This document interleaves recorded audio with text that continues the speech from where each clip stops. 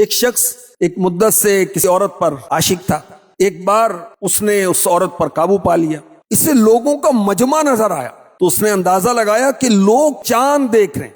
اس شخص نے اس عورت سے پوچھا کہ لوگ کس مہینے کا چاند دیکھ رہے ہیں؟ اس عورت نے کہا کہ لوگ رجب کا چاند دیکھ رہے ہیں. اب یہ شخص غیر مسلم تھا، مگر رجب کا نام سنا تو رجب کی تعظیم کی خاطر اس عورت سے الگ ہو گیا اور گندے کام سے باز رہا. حضرت سیدنا عیسیٰ روح اللہ علی نبینا وعلیہ الصلاۃ والسلام کو حکم ہوا ہمارے فلاں بندے کی ملاقات کو جاؤ.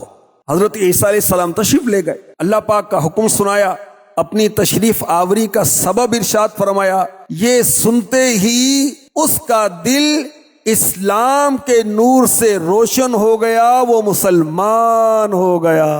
رجب کی تعظیم کی، ایک غیر مسلم کو ایمان مل گیا.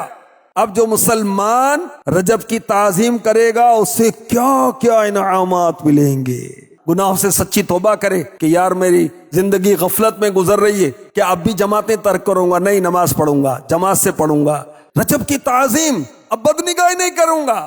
رجب کی تعظیم، اب ماں باپ کی نافرمانی نہیں کروں گا. گناہ تو کبھی بھی نہیں کرنا، مگر رجب میں تو بالخصوص گناہ سے بچنا ہے. خاص طور پر حرمت والے مہینوں میں گناہوں سے بچنے کا قرآن پاک میں ارشاد ہوا.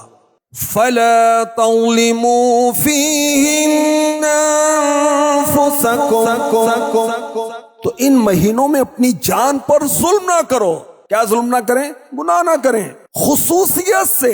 ویسے تو ہر لمحہ ہم مسلمان ہیں، ہمارا ہر کام اللہ تبارک و تعالی کے فرمان کے مطابق ہونا چاہیے. اس کے محبوب صلی اللہ علیہ وسلم کی اطاعت و فرما برداری میں ہی ہمارا ہر لمحہ گزرنا چاہیے، مگر خصوصیت کے ساتھ 4 مہینے. اللہ کرے کہ ہمیں سچی توبہ نصیب ہو جائے اور ہم کیا رجب، کیا شعبان، رمضان، بس ہمارا ہر سال، ہر مہینہ، ہر دن، ہر رات، ہر لمحہ اللہ پاک کی عبادت میں ہی گزرے. کاش عبادت میں، تلاوت میں، ریاست میں لگا دے دل. رجب کا